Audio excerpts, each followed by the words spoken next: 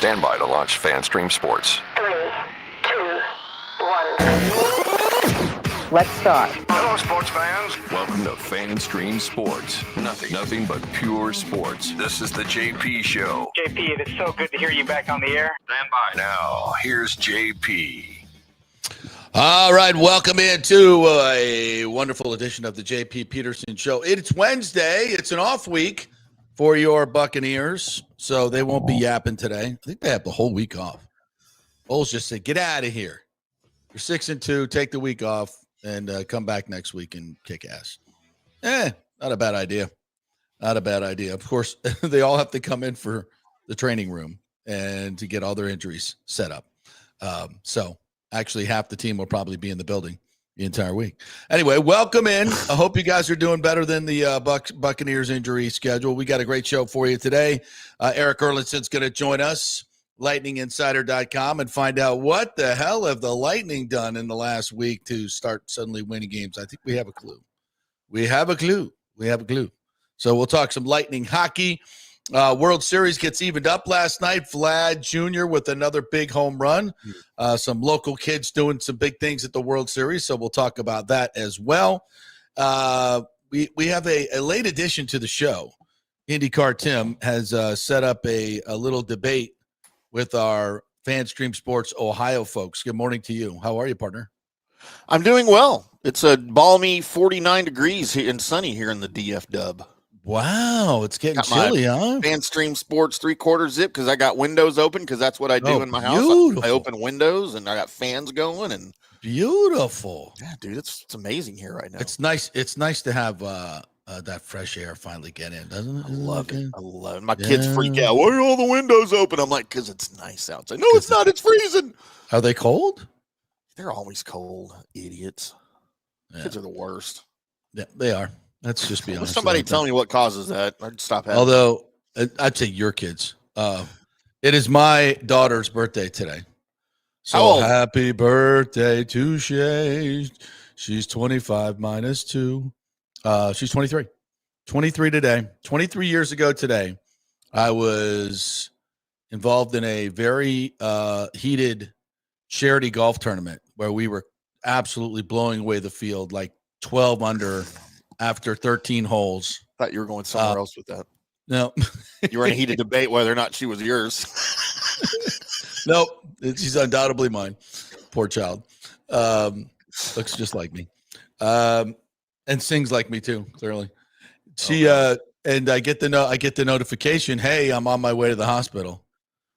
And my boys are like, and I was, this is back in the day when I could hit at 300 and I was just crushing the ball. I was having a day.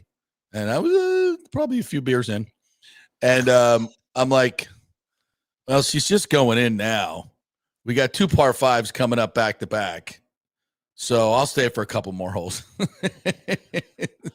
So I did. That's crazy, JP, because my son, Zach, his birthday was yesterday. Really?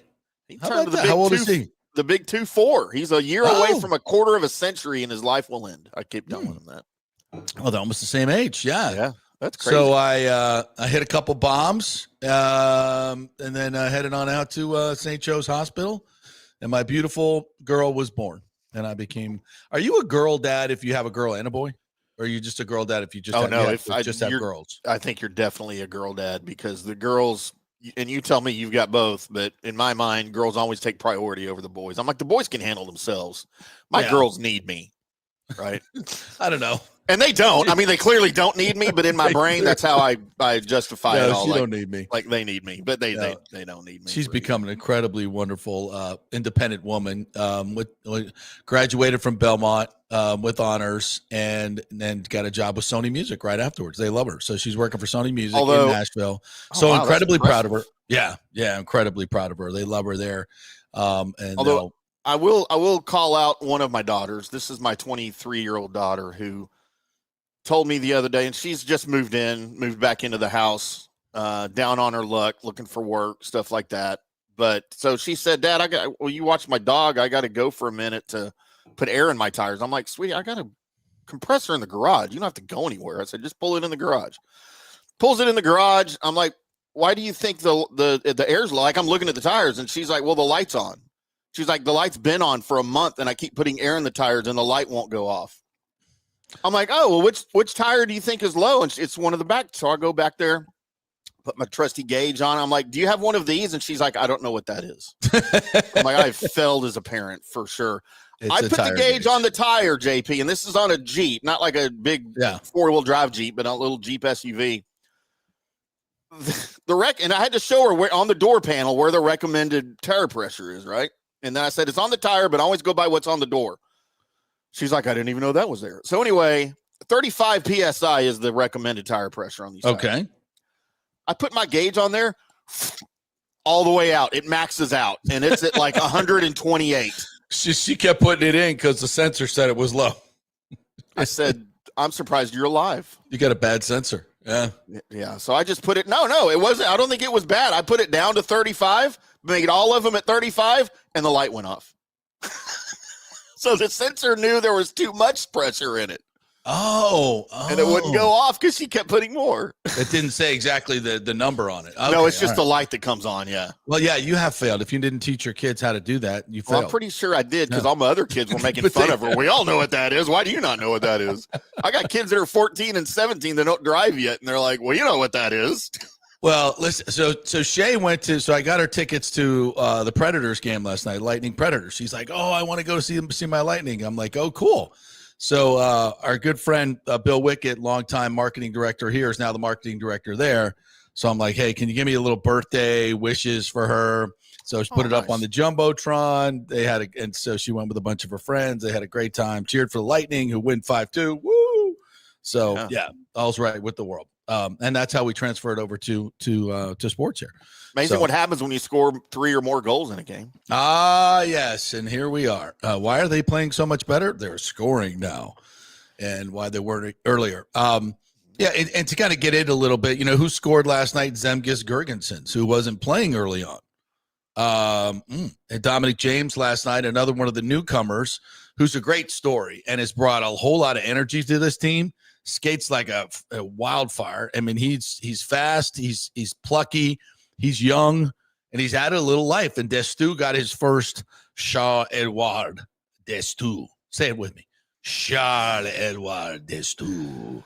Got his first NHL goal last night. He's an interesting story at 27 years old, who's been the defenseman of the year in all these different pro leagues, and now folds right in. And it's like, okay, this guy's got some offense to him, and very aggressive, went right down the middle and got a beautiful goal.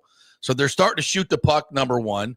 They've, Cooper has never been afraid to mix up the lines, and he's going to keep mixing it up until they find where they're at. So now 3 in a row, so they're at 4-4-2. So they're right at 500, and now they're all's right with the world. Now it is indeed all right with the world. No, I think what Cooper said after the Thursday night loss was very poignant, and he said, basically we've forgotten what it takes to play at this level and to play at the level that the Lightning are supposed to play at. And that happens, in off seasons. You come back, you're just not quite ready. 3 straight years, first round exits. There's not a whole lot of momentum going on. So you come back, you think you're ready. You're not ready. And they didn't play much in the preseason. So this first, the first month is basically preseason. So they're finally getting to their pace of play and their shots, they're defending better. All of that is all part of it. But I think mixing it up but Mitchell Chafee goes on waivers, kind of interesting, sending Geeky down. These are guys that we thought were, might be a big part of the future. The fourth line last night with some new faces was really, really good. And they're starting to get all the lines rolling. And, the guys that were going to score are going to score. Hagel now has 2 goals in consecutive games. He was shut out for the first 5-6 games. So you knew those guys were eventually going to start scoring, and they are. So, was I concerned a little bit, if that attitude was going to continue throughout the entire season, that we're just going to show up and be the Lightning and we're super. And you even heard the guy saying it. We know who we are. We're talented, blah, blah, blah, blah, blah. It's like, okay, nobody cares. Nobody cares. You got to go out there and put the puck in the net and keep it out of yours. And they finally started doing that. They didn't forget who they were. They just were not playing to that level. And they had to be reminded that this is what it takes game in and game out And it's funny because you're like, why? I mean, this is a team that's got veterans on it. They should know what it takes every game. And I'm like, it's actually the fact that they have so many people coming back that is the problem in my mind. It's the same stuff. It's the same stuff that they hear from John Cooper. It's the same guys, the same everything for the most part. And I think Coop said, you know what? We got to shake it up a little bit. We're not getting rid of, Kucherov or Vasi or anything, but we need to shake it up at the bottom and get a little bit more life into this team. And they've done that. So, but look, I thought they've looked so much better in the last 3, even maybe 4 games. And now they're kind of hopefully settled in and can go on a little bit of a run here. So, I liked a lot of their game last night. Vasi was great. As I mentioned, Gergensen got the first goal. And you just saw a lot of activity last night. They're just, the energy level was up. They're just playing at a different level, and good to see. And and we've talked about it all year during their slump when they won 1 out of 6. They went 1-6. Yeah, 1 start the season. Start to basically, yeah. You lose by not scoring. Yeah. You score 5 and you lose to Ottawa, 3 and you lose to New Jersey, and then that just continues 2-1, 2-2, and all of your losses. And now here you score 3 or 4 in a win. You get a win against Vegas with 2 because you play defense. Because I don't think Vegas is that good this year, to be quite honest with you. Well, they started red hot. Eichel was leading the league in scoring, but they lost Stone, they lost a couple of their guys, and I think they're going to fall off a little bit this year because of those injuries. And then of course you beat Nashville by scoring 5. So you tied your that's the highest output you've had this season in goals. So again, I asked the question: is this just a slow start? Is it shaking off rust? Are these guys gonna, rebuild the chemistry, get it back, or are these legitimate issues not scoring? And I think Brian Bradley said it. He goes, "Man, these guys just need some time. Give them some time, and Cooper will shuffle up the lineup a little bit and shuffle up the lines, and we'll see what happens." And this is the benefits of it, I think. Yeah. And then last night, Cooper put Gergensen, Yanni Gordon, Pontus Holmberg together for the first time, and they looked fantastic. And we're a big part of the 5-2 win. So as Sorelli said last night, their line's been unbelievable every night, really. The energy they create when they're out there, they're just on pucks. They're getting it deep. They're patient with hits. They're getting pucks to the net. They're just playing the right way. Every second they're out there on the ice, and we feel that on the bench. We see them going, and they drag us into the fight, and they've been rolling. So they've been huge for us. Yeah, that's part of it. And that's that kind of new juice that James is bringing, that Stu is bringing, and it's also a kind of a little bit of shot over the bow to the older guys. Like, hey, let's go, let's start playing with a little bit more energy like these guys, and it worked out really, really well. So I know we'll talk about it at length tomorrow, but big game tomorrow night at Benchmark International Arena. The Dallas Stars come to town, JP. Oh, I thought you were talking about the return of JP Ron Burgundy for our Halloween game. Oh, I thought that's Halloween what you were talking about. Yeah. No, I wasn't talking about Mikko Rantanen, Wyatt Johnston coming to town. No, it's all about Ron Burgundy. I'm Ron Burgundy. Making his in fact, we're going out this afternoon. The scene, the Anchorman scene with the fight out, behind the station. Yeah. So I don't know where this is going to go, but we're going to try to recreate something like that as a lead in to, so stay tuned. So is that a give up if you just wear the same costume every year? I kind of feel like that's a give up. Now, granted, it's a really good one, but is that not just a give up? Well, that was the first time I'd worn it last year. I've been 10 up, 10, Gomez, right. Lots of different things they've dressed me up as, but this one got such a great response that, backed by popular demand, they wanted to bring it back. So I think we're going to make it a yearly occurrence. If you got something good, why go away from it? I mean, I get it. Like, as an adult, I kind of feel like if you're going to do Halloween as an adult, just have a costume and just recycle it, because it's your Halloween costume. If you're a kid, you have to change it up. It also really works within my role too. Right. Because I'm talking a lot, and I'll have my scotch with me, And by the third period, it should be extremely entertaining. Scotch. Yes. So we're gonna reprise all that fun stuff. So yeah, it's gonna be our Halloween theme game. By the way, so my daughter, I said, do they put on a good show in Nashville, as good as us? And she's like, no, Dad, they don't. They don't. It's just, like in the intermissions. You know what they do during the intermissions? They don't have a guy like me coming on doing all the highlights and from around the league and some other special stuff we do. And then Greg's down on the ice doing the really fun stuff with the sumo wrestlers and all the on ice, crazy stuff that we do, the games that we bring people down for that are incredibly entertaining and funny. So, but it takes a lot of work to do this. We do a lot of different things at halftime or intermission. There's a lot of stuff that goes into it.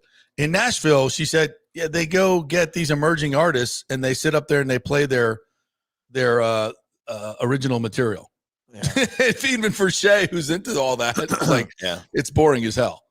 So that's what they do. We don't do now, that. That's a give up. No disrespect to Nashville, but that seems like it kind of like here in Dallas. We will have short intermission reports from the guys that are on the TV broadcast. They'll jump in and do 5 minutes. And then it's just all in arena entertainment. Like they'll do stuff on the ice. They'll do puck races with people, kind of like they do in NBA games, at halftime, where you throw fans out on the ice for whatever it is they're doing. But we don't have just a dedicated in arena crew like that does what y'all do. Yeah, I guess it's just different. I thought, I haven't been to a lot of the only times I've been to away arenas were for playoffs back in the day. And, it wasn't as much going on. But nowadays I thought every arena was doing stuff like we do. But I guess not. I mean, it's not stop. It's not only in the intermissions, but every break we have some type of contest, some type of thing going on that's entertaining. We've added, Greg Wolf does this thing, speed dating now. Yeah. Where two college kids and they ask them questions. It's really funny and really well done. Off the rails. And then we have the old staples, the kiss cams and some of the other stuff, but we're constantly looking around the league and seeing what other people are doing and coming up with different ideas. And it's literally, the idea is to entertain you from, 45 minutes before the game starts. And then after the game, we got post-game shows, we got, party decks, all kinds of stuff. I mean, it's like the hockey game is what it's centered around, but there's so much more going on. And I think that's why the fans have just come to love it and why we won the Stanley for the league as the best game presentation. So very proud of what we do. And we put a lot of work into it. I mean, I'm not trying to bang on Nashville. I mean, it's a country music town. That's what they do. That just seems like, wow, just put an artist up there doing his own. She was the one who said, Dad, I love music, but that's just like, the Lightning's games are so much better. They're so much more fun. So anyway, it makes a difference. I mean, for sure. It does. All right. So let's get into some other stuff. The Lightning win last night. They'll be home on Thursday. Come see us. John Hill says, Wirfs and Baker took their children to the zoo yesterday. Together? Yeah. Their kids are like basically the same age. They're little babies. So I'm not sure how much they got out of the zoo, but away they go. And it's great for them to get away from the game, especially Baker. And Wirfs has been strangely not great this year. Like not great. I wonder what's going on with him if he has, he has been on the injury list a couple times and he's got coming off a knee surgery. I just don't think he's completely 100% back. So interesting, but everybody needs the break. No question about it. And I've had one of our advertisers, actually, Walters Levine, our good friend Stuart Levine, attorney, and is a huge Bucs fan. So he texted me. He's like, "Man, did you see this interview with Emily Mayfield that they did?" And they sat down, and she was like, "Baker's not, he's not for everybody." And then she kind of detailed that during his tough times that the marriage was, there were some rocky times, and he's kind of detailed how through faith.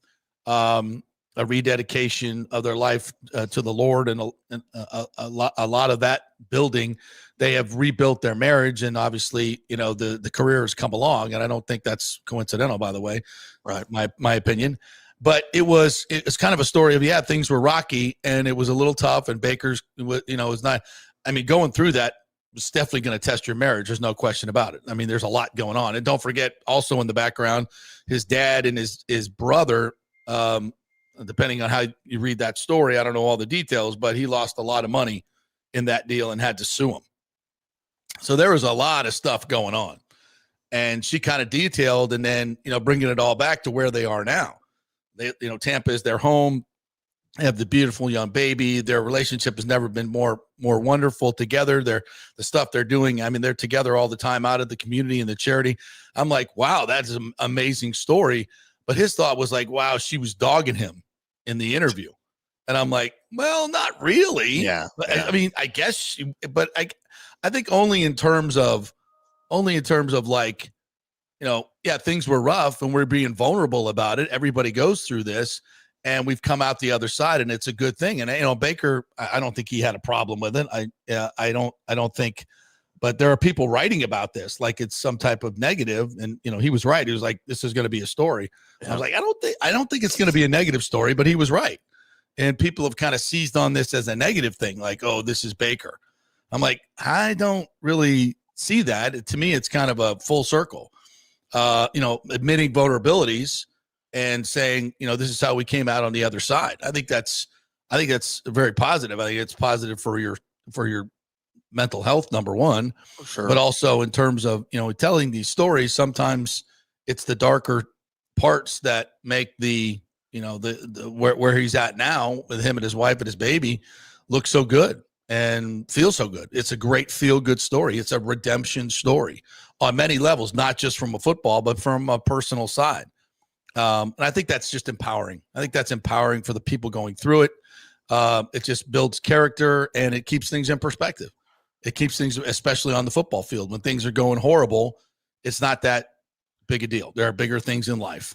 You want football to be a very important thing in your life, but I don't necessarily think it has to be the overwhelming number one thing, because when it becomes that, I think it gets too weighty. And it's like, if you lose, everything's horrible. No, that's not the way. Not the way life is. That's just what you do. And sometimes you're not going to win because the other guys get paid too. So I think, in the end, I think a lot of this has been good for Baker, good for the team, because they've been through a lot. And it's that adversity when you come through the other side that makes you a better human and makes you a better football player. I think makes you a much better football player. Sure. So here we go through this off week where, obviously they're going to get time off to rest and heal, but I think the mental time away. And then you look at the schedule as it is the last 6 games. I think there's not one team. I think the Panthers are the only team at 500. Everybody else is under 500. And as we mentioned yesterday, I don't think any of these teams are getting better. They're at this point of the season, they're kind of, the players are like, okay, it's self-preservation mode now. And, maybe the Panthers at 4-4, maybe the Falcons get off the mat. I don't know. From what I've seen from them, that looks like a completely dysfunctional organization right now. They don't know who the hell the quarterback is. I mean, yeah, it's bad. So, the fans have turned on them, and look, I love Andy Dalton. Okay. I got to know him a little bit when he was here in Dallas. And of course he played at TCU right down the road collegiately here, but any team where Andy Dalton in any situation is your best option at quarterback, you have failed to plan tremendously here. I mean, there's something that has gone horribly wrong in your organization if Andy Dalton is your best option to throw out under center in any situation. Like, even unless maybe your first 2 quarterbacks go down and he's the number 3, Red Rocket. I know, and I love Andy Dalton, but at this point of his career, he should not be playing football. I mean, you could say that about Joe Flacco too. Well, but Joe Flacco has shown us something recently in the past few years. Andy Dalton has not. And again, I love Andy Dalton. I think he's a great dude. But that is not – you are not setting your organization up for success if Bryce Young and Andy Dalton are your 2 best options at quarterback. Right. All right. We got to hit a quick break here. We come back on the other side. We are going to tap into our expertise in the FanStream Sports Ohio affiliation we have, because these Ohio State Buckeyes that everybody's raving about have been playing the softest ass schedule in the history of schedules. And that is exactly why everybody thinks they're the best team in the nation. And as some have postulated, if Billy Napier had this schedule, he wouldn't be getting fired. So our man Tito is going to tell us why Ohio State is the greatest team in the history of college football when we come back. We're brought to you by the G's Law Group, JEEVESLawGroup.com. They are local, they are trusted, and they get results. Get on over there and get a free case evaluation. Go to the website, give them a call, email them. They'll give you a free case evaluation. And if you are looking for someone to represent you in an accident, nobody better than the Jeeves Law Group. Not attorney spokesman, offices Tampa, St. Pete. And Genesis of Tampa, you do not need to make a payment until 2026 if you buy a new car at Genesis of Tampa. How cool is that? So you got to go, first of all, go test drive the SUV, the GV80, the G70. They are fantastic cars, technology, luxury, and value. You will not believe the prices on these cars. You'll think they're tens of thousands more, and it's a great value. GenesisofTampa.com. Go see them and tell them JP sent you. Back in 3. Experience the art of driving at Genesis of Tampa, where luxury meets innovation and every detail is crafted for you. From the bold G70 to the refined GV80, Genesis delivers power, elegance, and technology years ahead of its time. Book service online, and our Genesis Experience advisors will pick you up and drop off your vehicle. If available, you can enjoy a courtesy car while yours gets a complimentary interior vacuum plus a generous offer for your trade. Every new Genesis comes with the Miracle Advantage Plan, 10 years or 250,000 miles of powertrain warranty and 4 years of complimentary maintenance.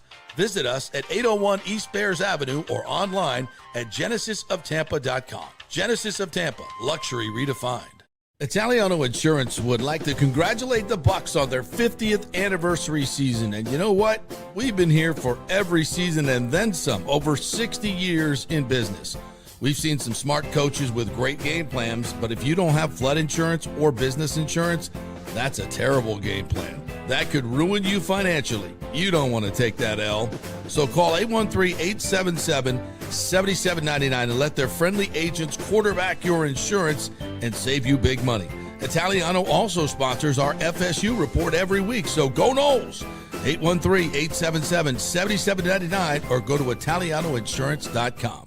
JP here for Riveters, our new official sports bar and grill of the JP Peterson Show. And just like our show, no BS, no corporate chain feel, just amazing, authentic folks serving great comfort food in a casual atmosphere at unheard of prices. Riveters is located just south of Raymond James and Steinbrenner Field on Dale Mabry, walking distance to the park, so free parking, great place for pregame and postgame. Let's talk about fresh food. Nothing is frozen. Burgers, wings, prime rib, roasted fresh daily, never frozen. That makes a huge difference. The mahi, the salmon, also super fresh. All our sauces are original recipes made in-house. Our Warhawk chili and fully loaded potato soup is made fresh in-house. It's the best food anywhere, served by people who actually care. Riveters on Dale Mabry, just north of 275, just south of where the Bucs and Rays play. We'll see you there. Are you looking to renovate your home, rebuild after the hurricanes, or build your dream home from scratch? Well, let me tell you about my friend Jason Fawcett and On-Site Construction. They have over 1,450 satisfied clients, 25 years of experience, over 500 designs, and a talented team of over 40 construction professionals. They believe building something exceptional begins by truly focusing on all the details, even the smallest ones. We understand that construction can be a daunting process, and we're here to make it as smooth and stress-free as possible. Quality is non-negotiable at On-Site Construction. We use the finest materials, employ the most skilled tradespeople, and adhere to the highest industry standards to deliver a product we're proud of and that you're going to love. Our project management is meticulous with a focus on completing projects on time and on budget. Your happiness is our primary driver. So give us a call at 813-579-5789 or check out our incredible website at onsiteconstructionfl.com. Are you having legal issues with a business partner or other legal business issues? The attorneys at Walters, Levine, and DeGrave can help. Call 800-616-0384 for a free consultation. At Walters, Levine, and DeGrave, we've redefined what a law firm can be with top-tier attorneys, personal service, and 26 years of success. From business law to civil litigation, we deliver smart, client-focused solutions. Walters, Levine, and DeGrave recently won a $6.4 million jury verdict from a large real estate developer, and they can win for you too. Walters, Levine, and DeGrave. Let's solve it together. Not attorney spokesman. For a free consultation, call 800-616-0384 or go to walterslevine.com. Offices Tampa, Sarasota. Let's go. Right now, back to the show on FanStream Sports. All right, welcome back to the JP Peterson Show. Here as we roll on from our Kingmakers studio. KingmakersTampa.com is where you need to go to enjoy this incredible private club that we have here in Midtown Tampa. If you're looking for a place to work, we have some private offices, some shared workspace as well. Also, there's a sports bar here. Beautiful place to watch all the games. You can rent that out. We have a full production studio that you can use as part of your membership. We have a golf simulator as well. A nice, stylish conference room that you can use. So it's a very unique place. KingmakersTampa.com. If you're looking for a place, if you're a young entrepreneur and you want to get the hell out of your house. Or an old one. Be able to host, or an old one. And you want to host some meetings and get to some cool places, this is a great place for you. KingmakersTampa.com. All right, let's talk a little college football, shall we, Timmy? Let's bring in and we can try Jeff Titoff, because fit happens. We like to call him Tito. In our beautiful Ohio brick studio in Ohio. Gotta get the lights up.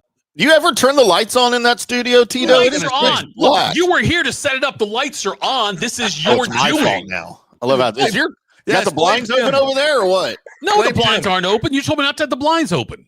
Oh God! Now all of a sudden I'm the boss. Jesus. You want the blinds open? I'll put the blinds open, Tim. If you want the blinds open. Well, we're on the air now. Oh my God, this is so good. JP, how you doing, brother? Good, man. How are you? I'm doing great. Yeah. You got a golf simulator there, huh? That's it. Yeah, sweet. I quit. Yeah. I just played Augusta the other day. Oh, good. We got rid of him.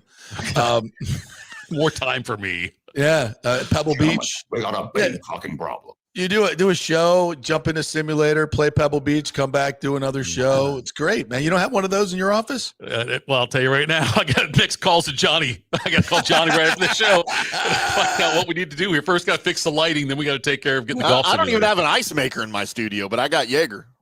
Well, there you go. There you go. Kegerator. So everybody I see now kind of bitching and moaning about this Ohio State schedule. Everybody's saying how great they are. And I'm like, well, I mean, they did play Texas. And I'm like, yeah, Texas. It beat them 14-7. Yes. Yeah. Okay.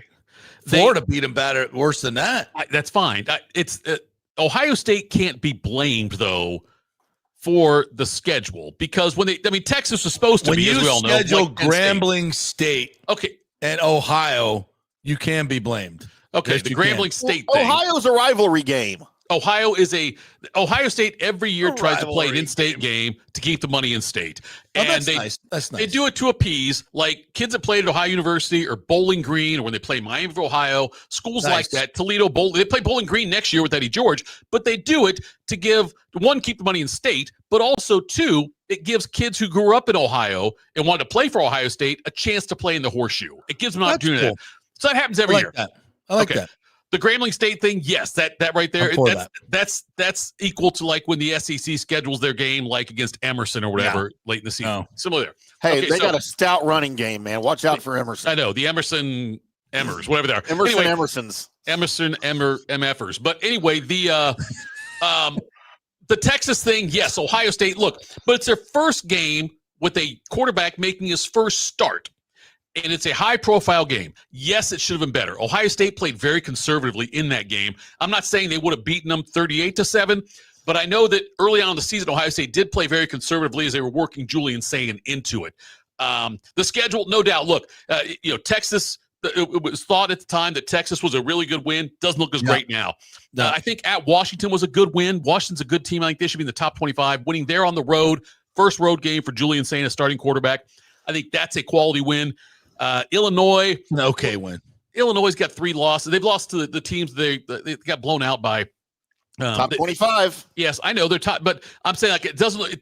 I thought it'd be a bigger win. All this is going to matter. By the way, 34-16 to Illinois, right? Right. Penn State sucks. 2-3 in the Big Ten, by the way. Yeah. Illinois. Penn State sucks. That game's coming up this weekend. Yeah, they're not good. They're not good. They've got a backup quarterback who's from, by the way, from Central Ohio. He's the backup quarterback making the start for Penn State.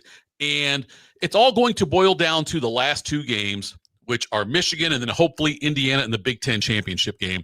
Which I thought you were talking about Rutgers. It could be. If Ohio State and Indiana both hold serve, it'll be a 1 versus 2 game going into that for that Big Ten championship. But all that being said, I'm not convinced Alabama's not the best team in the country. Ohio State's most deserved one right now. You can't lose to Florida State and be the best team in the country. I'm sorry. Look, it's the first game of the season also. I'm just saying, it's like Ohio State could have lost to Texas. It looked really bad right now, but if they had the one loss to Texas, I might say Ohio State's the first or second best team in the country still with how they've played since then. But if Ohio State plays Indiana in the Big Ten championship game and Ohio State can beat Michigan to get to that Big Ten championship game, then all will be forgiven about the rest of the schedule. This all is going to get settled in the playoffs anyway. Well, that's the good thing. But unfortunately, we have to get to the playoffs, and the regular season matters in terms of seeding, obviously, for those getting buys. And it's just interesting. And if you look at, let's say, the Florida Gator schedule. Yep. Long Island. USF, who they lost to at home, who has been a top 25 team for most of the year. Then at LSU, a loss. At Miami, number 4 Miami. So LSU was number 3 at the time. At number 4 Miami. At number 9 Texas, or at home against Texas, and you won that one 29-21. At number 5 Texas A&M. Gig 'em. I mean, then you got Georgia, not at home in Jacksonville. Yep. At Kentucky, then at number 7 Ole Miss, and then you're Tennessee. Going to Tennessee, or no, Tennessee's at home. Yeah, and then Florida State at home. So in a rivalry game. So if Billy Napier were coaching this Ohio State team, do you think he would be fired by now with the schedule that they have? With the schedule, like if Ohio State was playing Florida's schedule, you mean? Yeah. Mm-hmm. Well, they'd still be 8-0, 7-0. You think Ohio State would be 8-0 playing that schedule? Yes, I said bullshit. You keep talking. Yes, I absolutely 100% do. I am not as confident as Tim in saying they'd be 8-0. I could see them being easily 6-2 or 7-1, but look, it's a tough schedule, and there's except for the Aggies, you're going to lose to the Aggies. Okay, the SEC thing though, like there's all this. Everyone up here in these here parts talk about how biased people are about the SEC and how the SEC is really not as good as people think it is. And Ohio State proved that truth to that by rolling through Tennessee last year the way they did, and I think it's somewhere in the middle, though. I think, yes, there is a slight bias towards it for sure. But it's also probably better than people give it credit for. And like top to bottom, the SEC is the best conference in college football. I don't think anybody who is sane can argue top to bottom. Top to bottom. Yeah. Yes, top to bottom. Now, I know a lot of Big Ten people that will. Now, top heavy, I mean, if you take the best 3 teams in the Big Ten, Ohio State, Indiana, and Oregon. And I, by the way, am the biggest Indiana hater you'll ever see. I said last year will be the best year they ever have. They're going to come back down to earth this year, and they've shut me up on that one. But I think Ohio State, Indiana, and Oregon, the top 3, can compete with any of the teams in the SEC. Yeah, I think no question about that. Compete, no question but, about that. Probably lose. But the thing is, it's like the constant, and this is what, and this is what I've said about Billy Napier. I said, I don't necessarily think he's a great game coach. I think he does a lot of good things, but I think he's a terrible game coach, much like Mike Norvell. But the schedule that he was given last year and this year, no one survives that. Nobody survives that. It's too hard. And even in the Big Ten, you have some top heavy teams, obviously, but Ohio State doesn't play Indiana until the conference championship game. They don't play Oregon. They don't play Iowa, right? They don't play USC, right? Which is still weird. They don't have to. Not that Nebraska is great, but going Nebraska is a little tougher. They did play Washington. I mean, there's just they get They're going to play Rutgers. Obviously, they're going to play Penn State. They play UCLA, Purdue, Wisconsin. I mean, it just happens that this year they've got a lot of bottom feeders. That's what's going to be so interesting this year, JP, and going forward, and you look at this, because of the way the Big Ten and the SEC and the ACC and the Big 12, the way they're all structured now with so many damn teams, there is going to be so much randomness. Indiana last year played an easy-ass schedule. That's why I thought Indiana was a fraud last year. And when they played Ohio State, they got manhandled worse than the score showed. Then they lose in the playoffs as well. And so it all just going to depend on your schedule. A lot of this is going to be. And it'll be interesting to see then how, like, the committee will look at a 2-loss SEC team that played a gauntlet of a schedule against like a 1-loss team from another conference, or an undefeated team, even another conference, that didn't play nearly as tough a schedule. And so much of it's random. Like Ohio State didn't choose. I mean, they chose obviously Texas, Grambling State, and OU, but they didn't choose the rest of it. And so that's all just in Indiana last year, the same way. They didn't choose their schedule for the Big Ten.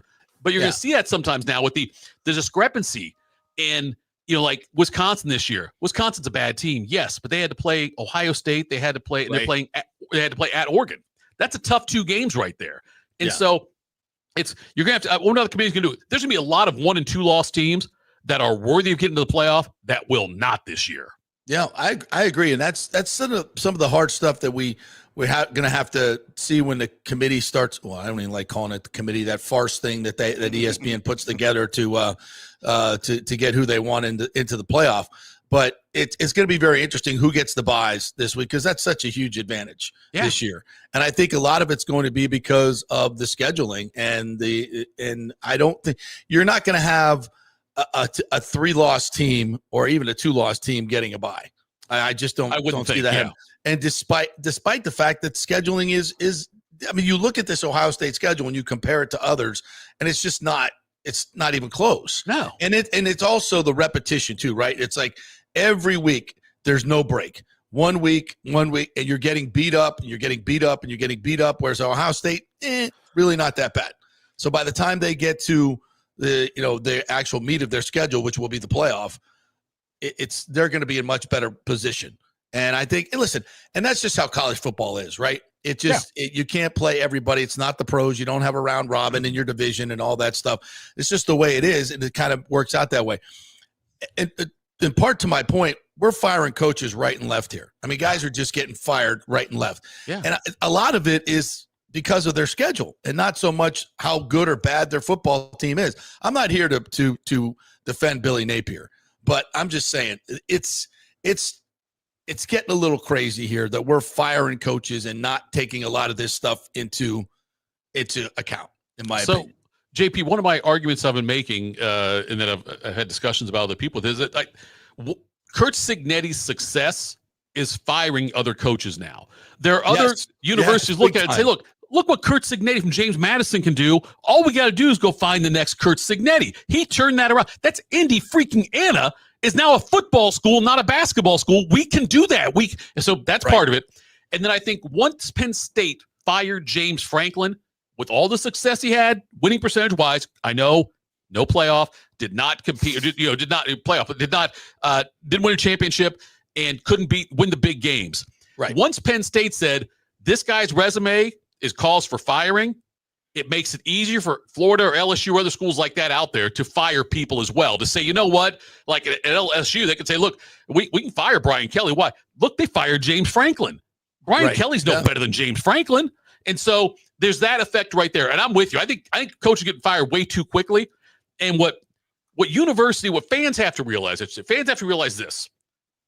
That money to pay off these coaches is coming from somewhere. Yeah. And I would much rather, if I were LSU, and yes, I hate Brian Kelly. I think he's a piece of garbage. But if I were an LSU fan, I'd rather say take that $54 million, invest it in the program, and let's see what Brian Kelly can do the next few years if we put that money in. Or with Wisconsin, Luke Fickell's got a huge buyout. Wisconsin's not sitting there, raking in dollars. They're not like Scrooge McDuck out there with a vault full of coins and dollars and stuff. It's not easy to pay that kind of money, and it's going to take away from something else within the program. Now, we're having that discussion right now at Florida State. Is like, do you keep Mike Norvell and take that $54 million over the next 8 years and put it into players? and just up your talent. Now, I think you get to a point when a coach is so toxic that you just have to pull the plug, and I think that's the case in Florida State. There's also something else that has happened recently, along with Curt Cignetti's success, that is kind of skewing the line for coaches and for programs now. I won't say willy-nilly moving on from their guys, but maybe quicker than they would have in the past. And if you look at Texas A&M, how much they paid Jimbo Fisher to just get the hell out of town, right? $73 million. $3 million. And look what Mike Elko has now come in and did. If the Aggies are 4-4 right now, if they're 5-3, I don't think you're seeing a lot of these programs move on from these coaches with these huge buyouts. But they're looking at Texas A&M and said, well, it was worth it for them. Maybe we can do that too. It's because of the job Mike Elko's done in College Station that I think a lot of these programs are looking at guys like Billy Napier and Brian Kelly and going, you know what? They can do it up there. Maybe we can do that too, and it'll be worth it. Well, what's funny is these same athletic directors that are having to do this didn't hire Curt Cignetti and didn't hire Mike Elko. They have all had opportunities to do so and didn't do so. So it's don't forget that part of it too. It's like, oh, my guy's not good enough. Well, you hired him. You're instead of Curt Cignetti. Hey, by the way, Scott Maybe Woodward you should be getting fired. Scott Woodward, the athletic director at LSU that hired Brian Kelly, was also the athletic director at Texas A&M that hired Jimbo Fisher. So he's responsible now for two of the top 3 buyouts in college football's history. Maybe he shouldn't hire head coaches ever again. Well, I'll tell you one thing they should do. If they're LSU, they should pick up the phone and call and see if they can get a package deal with Clark Lee and the quarterback over there, Pavia from Vanderbilt, and see if because I know he's trying to get another year. He wants another year. He's got 6 years in the books. He's trying to get a 7th. He's trying to be a doctor. But if he does get that eligibility, though, I mean, that wouldn't be a bad package deal for LSU. No, absolutely not. They could pull it off. I think that would set a dangerous precedent in college football, though. Now you're trading for head coaches and quarterbacks. Oh, yeah, you think that's dangerous for college football? Look, hey, at the Washington, right? Or wasn't it? Didn't Washington do something like that? Or Oklahoma did, right? Oklahoma took Washington State's OC or something, or head coach, and brought the quarterback with him. Wasn't that what happened there with Washington State? With Oklahoma, right? Yeah, you're going to start seeing more and more of that, Tim, where you're going to see guys that are doing that because schools are going to say, you've got this stud quarterback or whatever, you got this stud running back or defensive player, come here and we'll pay him to come here as well. Well, yeah, that's because Mateer said when he transferred to Oklahoma, I want my guy to come with me, and they don't have an option in that situation. I'm not against that, but I think you're going to see more and more of that happen, that kind of stuff. Yeah. Do you guys think that Lane Kiffin stays at Ole Miss, or you think he's going to? Yes. You do? Yeah, 100%. I think, in the immortal words of J.P. Peterson, he ain't effing leaving. Really? you feel that strongly about it, JP? Well, that was about something else. That didn't happen either. All right. Was that about a bar? No, wait, he's sober now. He's sober. I did not. That was about Liam Cohen. I did not foresee a crazy Indian owner taking all his money and throwing $13 million a year at Liam Cohen to be a head coach. Okay, I did not see that. He appeared on Good Morning Football, and Peter Schrager, when he was the biggest Jets fan, maybe after Mike Greenberg, asked him, "Do you think Liam Cohen's going to the Jets?" And JP said he ain't. He's not effing leaving. Because I knew the Bucs were going to step up with big money to keep him. I just didn't think they'd get outbid by Shad Khan, giving a guy who's been an OC for 1 year, $12 million to be his head coach. But look, I know JP's a big deal. You don't have to sit here and tell me he's on Good Morning Football. Okay, I get a couple times. I know. Okay, fine. He's a big guy. He's a big deal. You don't have to sit there and name drop that stuff with me, Tim. Hey, I turned down an appearance on Colin Cowherd one time. Did y'all know that? I turned down an appearance on Colin Cowherd one time. Well, I was his third choice that day, but I didn't want to do it. He wanted me to talk Cowboys. I'm like, I hate you, MF Frank, coming on your show. So here's a question for you, a college football expert. What is the best open job right now? And I'm going to throw Florida State in there because it is open. Okay. LSU is the best one. I think LSU is the best job right now. Some of the things about LSU, the fact that they've had recent success, before Brian Kelly, their last 3 head coaches all won national championships. I think they will spend money there. And I think that there's, like, if you're at Florida State or Florida or Miami, there's a lot of in-state head-to-head stuff going on there. South Florida even now. And at Louisiana, it's just them. It's just LSU's the biggest game in town. And I think that Yeah. I think LSU, for like, if I had to rank the ones, and I put it in the chat under the all the FanStream Sports names there because I didn't know I was chatting as all of FanStream Sports. Anyway, I think it ranks LSU, Penn State, Florida among those three that are currently open. I'd put Florida State third ahead of Florida if Florida State's open. Yeah, it is, by the way. Okay. Yeah, Mike Norvell's not going to be here for long. But I think there is a faction that wants to take that money, the buyout money, and put it into resources. I kind of feel like you got to just have a budget for your resources anyway, what you're going to spend on players, and just go spend it. Yeah. You'll find the money, even at Florida State, and there's more revenues coming in. So, and for Mike Norvell, it's basically year by year that you're going to have to pay him $7 million, and depending on if he goes and gets another job, and there's mitigation in there. So we'll see. But the bottom line is, I think you just at some point you have to do what you have to do. But I will say this. What needs to be done in the offseason is all the power conferences need to get together and say, we are going to adopt the rule that you cannot sign a coach for a buyout worth more than 15% or 20%, wherever you want to go. You have to limit these buyouts to 15 to 20% of the contract, and you have to do it across the board because obviously somebody's going to go out there. If there's like a guideline or some type, you got to do it. You got to adopt. If you can limit compensation to players and everybody else, you can certainly limit the compensation to coaches and have a rule that you can't sign buyouts more than 20%. Does that sound right? Can we adopt that? I don't think they can pull that off. I don't think they'll be able to. Because it's I don't think you can limit what you pay the coach as far as in contracts and the way they're structured. I don't think they can have. If you can limit players' compensation, why can't you limit? If you can have salary caps, you can have salary caps. Yeah, all that stuff has to get negotiated typically, in the professional ranks. All that stuff has to be agreed upon by the parties. I don't think, because there's going to be a university, there's going to be a team president, a booster that is going to be like, screw that. We are not agreeing to that. We're going to overpay Jimbo Fisher and make sure we get him because we really want Jimbo Fisher. I can't believe conference commissioners would get together and put this on a table and someone would say no. Who are you serving? You're serving nobody but these individual coaches. And they're getting paid handsomely anyway. They don't need these ridiculous buyouts. I don't think there's any antitrust legislation or anything in any legislation that would keep you from doing this. I don't. That's collusion to a certain extent, isn't it? You're colluding as a conference. Not if you put it into code. Yeah. Not if you put it into code. It's just you can limit compensation in any of these leagues. You're limiting compensation in some way with salary caps, etc. They need to collude to never give Jimbo Fisher another job. That's exactly. fair. That's fair, another collusion that needs to go on. Without if I had the choice, like if I was going to hire a head coach in college football, a major head coach, I would go with a higher annual salary with some incentives in it to where maybe I'm paying you $20 million a year for 5 years, okay? 4 years, whatever it's going to be. Say it's going to be $20 million guaranteed 4 years. That way I'm not stuck into paying you for 10 years.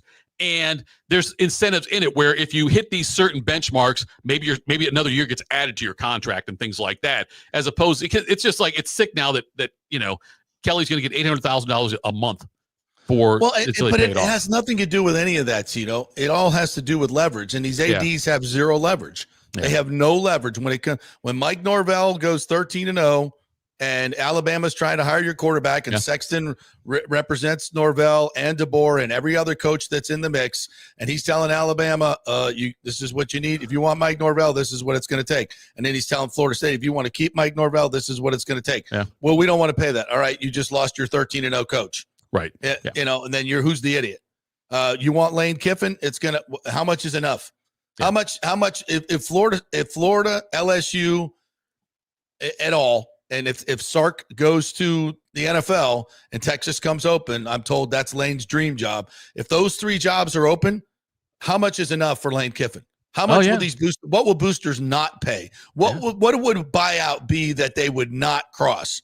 There is no number. So it's just like they had to limit the rookie contracts in the NFL, limit that compensation. You got to limit the compensation at some point because it's horrible for the league. It's horrible for college sports that all of this money is going to a few individuals and not being spread among the collective. Yep. It has to stop. I agree with that. It has to stop. Yeah. 100%.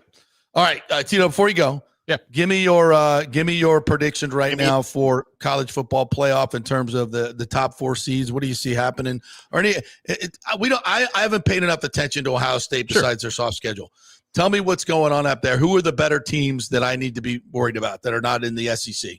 Well, Ohio State did an upgraded defense according to this year. Matt Patricia doing a fantastic job. This defense lost 8 starters from last year's team, and they're better. They are better this year. They've allowed 41 points through 7 games.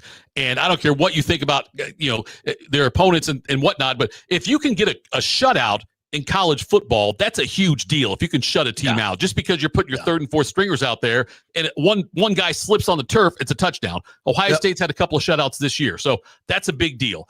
Ohio State is certainly the best team up here. Indiana has shown they are real after that. The way that they took care of Oregon, that win in Eugene is the biggest win, I think, the best win in all of college football this year. Indiana going to Eugene and winning that game. So Notre Dame, if they win out, they'll be in the playoff as well. Notre Dame's a dangerous team. Their defense has gotten better under Chris Ash in the last few weeks, and they still have a really good offense. They've got the best running back tandem in the country, I think. So Ohio State, Indiana, and Notre Dame are the best ones up here. Whoever wins the Big Ten, if Ohio State and Indiana both go into that undefeated, will be the number 1 seed in the playoffs. And then the other one should still get a bye as well if the other one has 1 loss. Yeah, I agree. I agree with that. But and I'm looking very much forward to this year's college football playoff as to last year's in terms of the seeding, because clearly they got it wrong last year with the top 4, and it affected the way the thing played out, quite frankly. So, all right, Tito, great stuff. Folks want to check out your show's promo. Let them know where they can find you guys. Yeah. Look, I've got the Jeff Thidoff show. That's over on FanStream Sports. We put that out there as well. We have a Fantasy Football Island, myself and Chad Rink. Tim May and Clay Hall do a show, the Tim May Show, featuring Clay Hall. He has been covering Ohio State. He covered Ohio State football starting like in the early 80s. He knows everybody. They've had Urban Meyer on as a guest. They've had Archie Griffin on as a guest. They've had they get a bunch of guys like that. We've had Urban Meyer. Urban Meyer was a guest on their show, yes, and so was Archie Griffin. But Urban Meyer. Yeah, Urban Meyer. That's the one. Nobody knows who Archie Griffin is. I know it. Anyway, whatever. So they have a great lineup of guests, though. Follow me on Twitter @ThatHappens as well. And good Lord, thank you for that. I appreciate that. JP, I will say this. Hey, JP, it's always a pleasure working with you. And goodbye, Tim. See you, boys. Awesome. There goes Tito. Awesome. We're just like little children fighting in the crib. Hope you guys enjoy that stuff. All right, we'll take a quick break. We'll come back on the other side. Erik Erlendsson is going to join us to talk a little Lightning hockey. We're going to get to all your comments here next. Any questions, any Bucs questions that you have as we look ahead to the second half of the season, we'll deal with that as well. And we'll talk a little baseball. Interesting World Series game last night. Great World Series going on, tied at 2. So we'll do that when we come back. We're brought to you by the great folks at Italiano Insurance, 813-877-7799. Get that insurance checkup, folks, because you don't want to be caught with your pants down when that water comes flooding in and you don't have flood insurance. It happened to way too many people last year. Don't let it happen to you. Also, make sure your home is fully insured. 40% of folks in Florida do not have enough home insurance. So when you go to replace your home, you don't have enough money to get it done. So make sure that's done as well. Italiano Insurance will walk you through all that stuff, and they'll probably save you some money as well because they shop around all the companies that they deal with, not just one company. ItalianoInsurance.com, 813-877-7799. They are the best customer service in the business. Back in 3. Stay with us. The holidays are coming up, and the Golden Diamond Source wants to be your family jeweler. Discover the ultimate jewelry superstore with the largest selection of diamonds, engagement rings, and fine jewelry all under one roof. Don't wait any longer to find that one-of-a-kind perfect engagement ring for that special someone in your life. And as your relationship grows, so can your diamond with the Golden Diamond Source. Trade up at any time. You get 100% of its value when you come back to trade up. And why don't you get a head start on your holiday shopping? With the Golden Diamond Source's unbeatable low pricing and financing options, you can get 5 years, 0%, and make this holiday season truly memorable. The Golden Diamond Source takes pride in offering only natural diamonds formed over billions of years by the Earth's incredible forces. If it's real love, Get a real diamond. Shop online anytime at goldanddiamond.com or stop by their showroom and tell them JP sent you at 3800 Almaton Road. Always online at goldanddiamond.com. Welcome to Kingmakers, home of the JP Peterson Show studio and Tampa's premier business networking and social club for members only. By day, it's an exclusive, vibrant co-working space with a stylish conference room, focus rooms, a full production studio, and an in-house marketing team. And by night, Kingmakers transforms into a sports-centric social hub with a full sports bar, golf simulator, and exclusive events. For young entrepreneurs and seasoned professionals, it's the perfect place to work hard, play hard, and make big moves in Midtown Tampa. Close the deal, celebrate the win. Only at Kingmakers.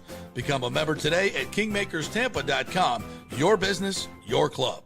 JP here for the Jeeves Law Group and my man Scott Jeeves, who lives right here and has long been a highly respected member of our community. He's a proud sponsor of the Tampa Riverwalk.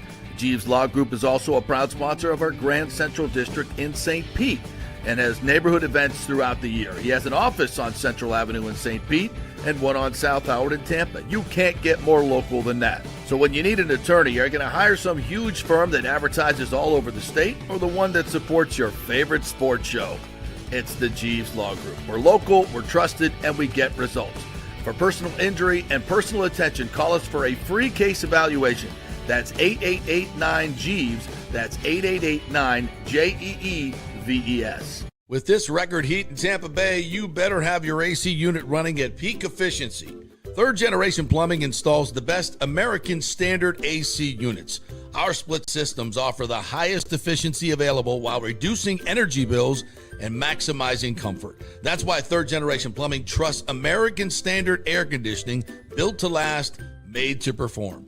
Whether it's a new install or an emergency repair, our family-owned team brings 3 generations of trusted service to your home, now with the unmatched reliability of American Standard. Plumbing or cooling, we've got Tampa covered. Call Third Generation Plumbing today, 813-961-8024, or go to thirdgenerationplumbing.com. And we also do AC. Ciao, Paolo Tini here, owner of Caffè Paradiso, voted number 3 People's Choice Award on Open Table. I want to thank all our loyal family of customers that have been enjoying our great traditional Italian dishes we make from scratch every day. It's a great family story we're proud of. Our family moved from Rimini, Italy in 1984. My dad, Caesar, started Donatello, and that's where I got the start in the restaurant business. I started Caffè Paradiso on South McDill in 1995, and we've been there ever since. From our traditional ossobuco, a veal slow roast for 4 hours, to our daily fresh catch, the Gruppo Paradiso,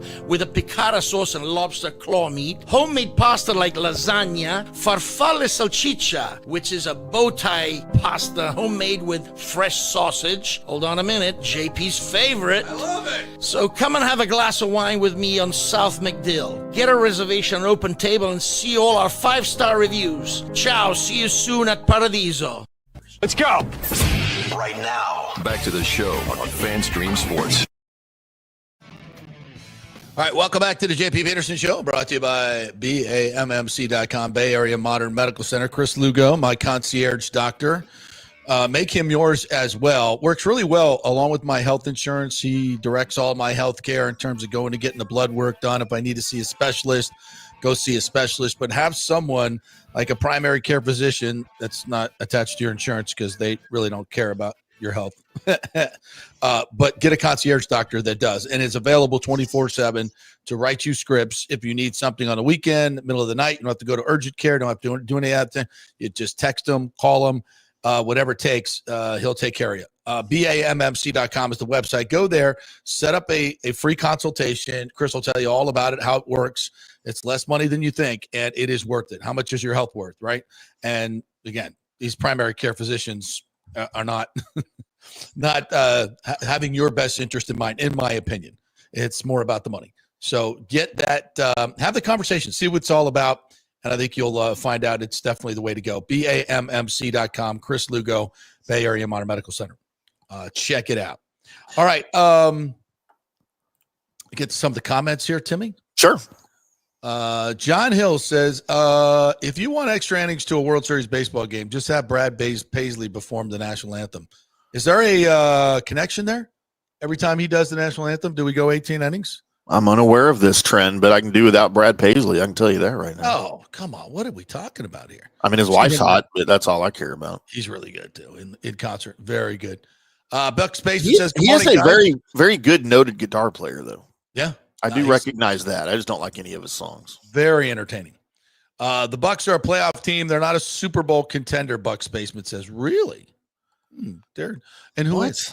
Light has to make a move either for pass rush or inside linebacker. Dennis is a liability taking meaningful snaps. I do not disagree with that part of it, but I do think they're a Super Bowl contender. And I do think they need to I do think they need to make some moves. I mean, you look at their point differential, I get it, but you also have to look at the fact how beat up they've been. And they're the only team in the South with a plus point differential. Well, that speaks more to the division than the dominance of the Buccaneers. Okay, but you're 6-2. I'm not complaining that we're 6-2. I'm just saying people are pointing to the point differential and saying, oh, they're not a great football team. And I get that. I think point differential does matter. Now, you got to go inside all the games. Sometimes teams, go on these blowouts when other teams just don't show up and they get a plus 30, and it's a little crazy. So, but I look, and we've watched every play, obviously, of the Buccaneers, some of us more than once. And they've got issues. They've got issues at inside linebacker. They've got issues along the offensive line now that I think are serious, that have developed into something serious because their smoke and mirrors has been found out. Tristan Wirfs is not as healthy, clearly, and playing to the level that he has once played. The running game has been kind of sluggish without Bucky. So they got to get all these guys back. And I said this yesterday. We don't know exactly, and I don't think the Bucs know exactly when every guy's going to return, how healthy they're going to be. This is not an exact science, folks. Injuries are not an exact science. It's not like, oh, that's a 3-week injury. Oh, that's a 7-week injury. It all depends on how you rehab it, how serious it is. Do you get a setback? All these different things play a part of it. So, you've got to take that into consideration. And I think if you look at the Bucs schedule and who they have coming back, and if you can augment that with a veteran inside linebacker, offensive lineman, wide receiver, if you don't think Godwin or Evans is coming back, or J-Mac. By the way, Jalen McMillan went on social media yesterday, and basically somebody was commenting on, we need to, can't wait to see J-Mac get back. And he popped on and said, it's going to be a great story. So evidently, he's confident that he's coming back and is going to be ready to play and help this team. And he can be a huge part of it. So, I mean, and you look around the league. Are the Eagles a dominant team?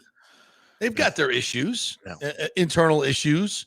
You look at elsewhere, the Packers. Everybody's in love with Jordan Love now and how great they are with Micah Parsons. And the Cowboys not having Micah Parsons, Tim. And are they a dominant NFC team? And no, everybody's got issues. There are none. No, there are none. So why not the Bucs? Yeah, Bucs basement. Why? What are they missing? And they can address it, and I think they should. So, Bucs basement, if you don't think the Buccaneers are a legitimate NFC playoff contender, please tell me who you think is. Right. What JP just said will shoot that down easily. I think the Eagles have bigger problems than the Bucs right now. Yeah, I do too, internally especially. Yeah. And they have a history of imploding. The Bucs do not, at least internally. Mr. King says, is this Bucs team a contender if they go 0-3 in the next stretch? Sure, they could win out, but are they really? Oh my God, who are they really playing? That doesn't matter. If you freaking win out, you're a contender. What are people doing here, JP? I'm about to lose my freaking mind. Well, what they're saying is, I don't understand. They're saying is, okay, look at the schedule. You got the Patriots, Bills, and the Rams. Okay, these are all winning teams that you can lose to. So if they go 0-3 and then they go 6-0 down the stretch against the under 500 teams. So what does that leave them at 11, right? 11-6. They win the NFC South. They get a home playoff game. That's not going to get you the number 1 seed. But are they then a contender? Look, first of all, there's nuance to this. Do they get blown out by these next 3 teams? Too many variables. Right. So you got to watch the games and see what the nuances are. I don't think they're going to lose the next 3 games, but it's possible. As they haven't played great football. Well, I mean, you could say that they didn't play great offensive football last week, but how about that freaking defense? I mean, the defense is third in the league in EPA. Efficiency per play. They're third in the league in terms of, listen, there's a lot of different formulas, but they're 17th in points allowed. It's a bit of a disconnect there, but they're making plays. So, yeah, listen, I think they've got great chemistry. They're talented. They're beat up, but let's see what they look like when they come back from the bye. The offense has been sluggish in the last couple of games. There's no question about that. I think the offensive line is in the lack of receivers is not great. You can't get the running game going, and you're not getting a lot of separation with these other receivers. That's going to be a problem. So Grizzard needs to figure it out, and they need to get some guys back. Let me explain something to you, so-called suffering Buccaneers fans. Okay, that would be the Buck Basement types. Well, yeah, exactly. Those of you like Bucks Basement, there is a world of difference between being a realistic Buccaneers fan, all right, and not buying into the pewter-colored glasses of those around you who think they can do no wrong and that they're going to win every game, because those exist as well. There's a world of difference between being that realistic fan who says, man, I love the roster. We're dealing with injuries. The Bucs, they need to stack up wins, especially against lesser opponents this season, get to the tournament and get healthy, and then let's see where this thing can go. But right now, they've got as good of a chance as anybody else in the NFC to win the Super Bowl, right? That's a realistic Bucs fan. You guys, Bucs Basement and those like him, aren't realists. You guys are negative Nellies, okay? You guys, all you see is the negative. You don't see any of the positive. There is no positive in your world. And that is no way to be a fan. You will die early from the stress that you are bringing upon yourself as a negative Nelly with your team. And I don't care what sport it is. Be the realist. Don't be that happy-go-lucky, we can win it all the time fan, okay? I hate them too. Hate's a strong word. But be the realist, okay? Understand the situation in front of your team and enjoy the good parts. Yeah. When they play like crap and they lose, call them out. All right? Yep. There's nothing wrong with that. When they have a great game and they beat an opponent maybe they shouldn't, enjoy that. Yep. But for the love of God, for you to say, for anybody to say, they're not a contender right now, you are not being real. You are not looking at this team objectively. All you do is think and focus on the negative, and that is no way to be a fan. I'm done. Well said. Well said. Pisses me off. And yes, Love Sergio you, Biltris says Tampa is hosting the college football championship game in 2029. Yes, we are. They just started the press conference a few minutes ago, so we'll get you some details. But basically, yes. And that's interesting because I don't think they would have gotten that game without some type of plan to upgrade the stadium and where the stadium's going to be in 2029. So I think that's interesting. There's got to be some type of assurances that they're going to increase capacity and maybe do some other things in the renovation, which I think is going to be fun. And by the way, 2029, there will also be a entertainment district right across the street and a raised stadium, in my opinion. So can you imagine in 2029 hosting the World Baseball Classic at the new Rays Stadium right across the street from a Raymond James Stadium? You got the Bucs. Hopefully the Super Bowl window will still be open there. Yep. USF will have moved into their new stadium, but then you could have a World Baseball. You could typically they don't give you an All-Star game in the first season that your stadium is open. But you can also have a national championship game at Raymond James Stadium. I mean, wow. Okay. That sounds like fun. Let's go ahead and get that done. And think about how many more major events, Super Bowls, we finished the renovation of Raymond James Stadium and have that whole entertainment district right there. I mean, that's a hell of a draw right there. That is a big time draw for all major events. Yep. And the Florida-Georgia game too. Is coming, that's next year? I think maybe next year. Mm-hmm. All right, let's talk a little Lightning hockey, shall we? With the great Erik Erlendsson, lightninginsider.com. What's up, Double East? How are you, my friend? Good morning, boys. How's life? 3 in a row, baby. Life is good. Better than it was. Good. We got off the mat. I thought we were down for the count, but we got off the mat. Yeah, so did a lot of people. Yeah. But I got to tell you, there is no overreaction like start of the season hockey overreaction. Right? Oh my God! Right? It's absolutely crazy. I mean, the Florida Panthers start 3-0. Oh, the champs are back. Who cares about the injuries? Oh wait, they've only won one game since. Like it's just just the way it goes. It's you got to let things breathe a little bit, and But I mean, this is also the same league and same sport that we saw a head coach fired 3 days before their team went into the playoffs. So Yeah, it's an 82 game season, and these guys. Listen, was I a little concerned at the effort and the compete level? Yes, I was, but also know that that's something that changes. And what I talked a little bit about what I thought Cooper has done to get these guys going a little bit. What are your thoughts on what you've seen change over the last, say, week and a half? Well, there's a couple of things. First and foremost, it's the turnovers, right? You look at some of those games they lost. I mean, the Ottawa game opening night, tied in the final 2 minutes, you lose in regulation. The Chicago game, you're tied in the final minute, you lose in regulation. And why? Because you didn't take care of the puck. Yeah. And, mistakes happen, turnovers happen. I mean, that's the name of the game. Typically, the team that commits the fewer turnovers usually has a better chance to win the game. And I think that's kind of what the Lightning have done. They've stopped taking some of those plays out of their game. The other part is, they had those 2 days of practice last week after coming back from that 4-game road trip. And, everybody complained about the schedule. Oh, why are we off for 4 days after just starting the season? I tell you what, the Lightning took advantage of it. And those 2 days of practice, they really changed their mindset a little bit. The turnovers were one thing. But they're forechecking now. They were trying to be cute and make plays and carry the puck up the ice. And, hey, sometimes it's okay to get back to a meat and potatoes kind of game. Yeah. And that's what they've done because one of the strengths of this team is their forecheck when it's working. Right? Get the pucks in. I mean, it really started against Chicago. It's very noticeable how many times they would rim the puck around and make sure it gets past the goalie. Like that was obviously a big point of emphasis was to get that part of their game back in. And I think the other part is that they've defended much better in their own end. Right. That's a big thing. They still have problems defending off the rush. It's, that's still there. It was evidence even last night against Nashville.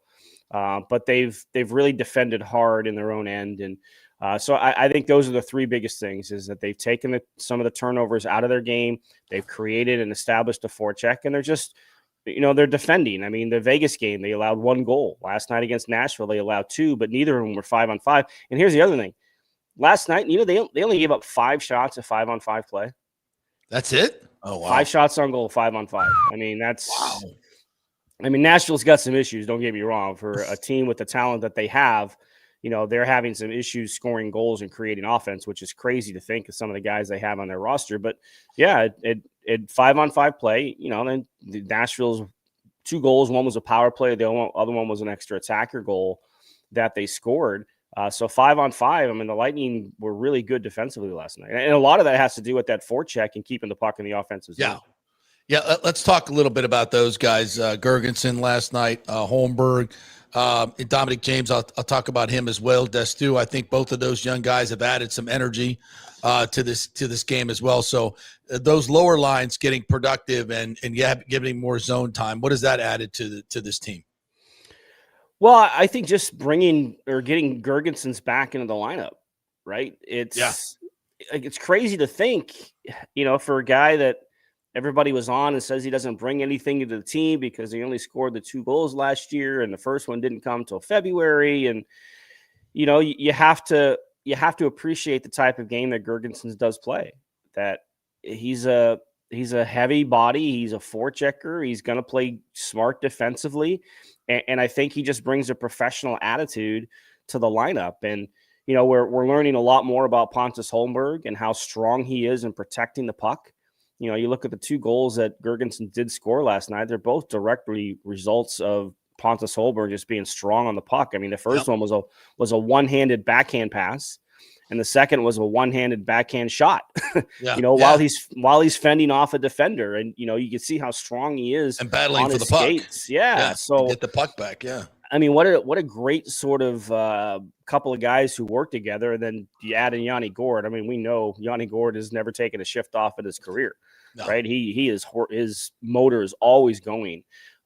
So, I think that those three really kind of set the tone for him last night, especially the way they scored that first goal. So, it can be infectious too, right? Like you see that line working that hard and getting rewarded for it. That's, that kind of filters through the rest of the team sometimes. And I think that those guys were the tone setters last night. Erik Erlendsson joining us here, lightninginsider.com. Must get that subscription if you are a hockey fan. He's the best in the business. So there's a quote last week. I think this was after the loss to the Blackhawks that Cooper said this afterwards. He said, just because you've done it before, it doesn't mean you're going to do it again. You have to understand what it took and what it takes to do it again. I mean, it sounds kind of obvious, but at this point, I think that was a very true statement. And I think to your point, that happened about the same time those two practices did. So is there a bit of mindset change that we'll give credit to John Cooper to say, okay, guys, we got to get back to what we did from a mindset standpoint? Well, it was, I think, sort of a veiled message to his veterans. Yeah. Right. It was because it was a Kucherov turnover in the Chicago game that led to the game-winning goal. Yeah. It was a Victor Hedman. I'm still trying to figure out why Victor Hedman was down at the circles when Kucherov lost that puck, and it led to the 2-on-1. Right, like we're not used to seeing those type of decisions, and because especially with the situation the Lightning were in for that game against Chicago, you had to get that game to at least overtime. You're under a minute. What are you doing? Had to. Yeah, you had to. It's time, situation, and score. Like you have to understand exactly what's going on, and I think that's what that was. And you've looked at some of these some of the turnovers that they did create. It's the veteran guys, the guys who had led them to championships that were making those mistakes. And so I think that was just a veiled message to those guys, because the young guys, the James, the Dastus, and the Curtis Douglases, and I know he's not playing a lot, but he brings a certain type of energy because of his personality. I think it's injected a little bit of something into this lineup. So I think that message in particular was, hey guys, you just need to play smart hockey. He's used the phrase a couple of times early in the season already. We have to play a winning style of hockey. Yeah. And, fans get sick of hearing the phrase process over outcome. And I get it. We still use it a lot, but it's absolutely true, because if you have the right process, and he said it's consistent winning hockey. And that's what the process is. Can you play a consistent style and brand of winning type hockey? It's not always going to mean you win, but it's going to put you in position to get results. And that's what you need to have, especially early in the year, because as you know, you're not going to win a cup in October, but you could lose it. No question. Erik Erlendsson joining us here. What did you make of the Connor Geekie? I don't even want to call it a demotion. Yep. It's more of a reset, maybe. What did you make of that?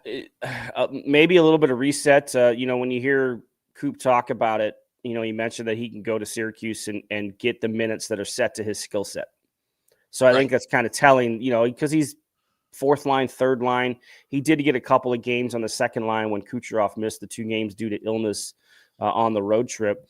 But I think that was kind of telling that, we want to get you in these situations that you can thrive and gain some confidence back, because we saw the difference last year. Yeah. Connor Geekie pre-Syracuse and Connor Geekie post-Syracuse.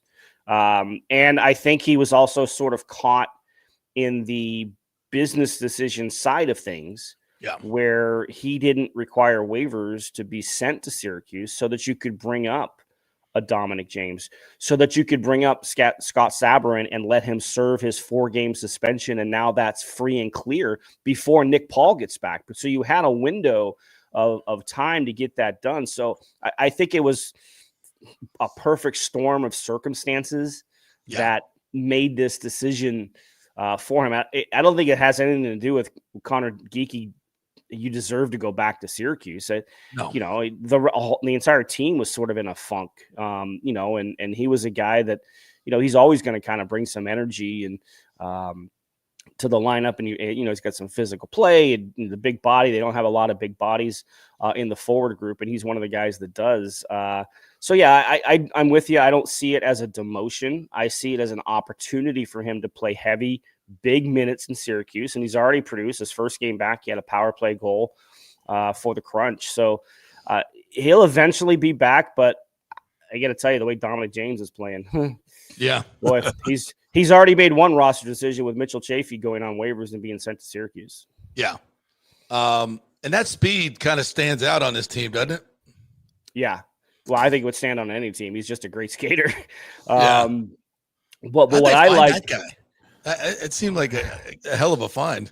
well, he was a 6th-round pick of Chicago and didn't sign. He played all 4 years at Minnesota Duluth, so he was in the situation where he could pick his own team or negotiate with any team he wanted in August.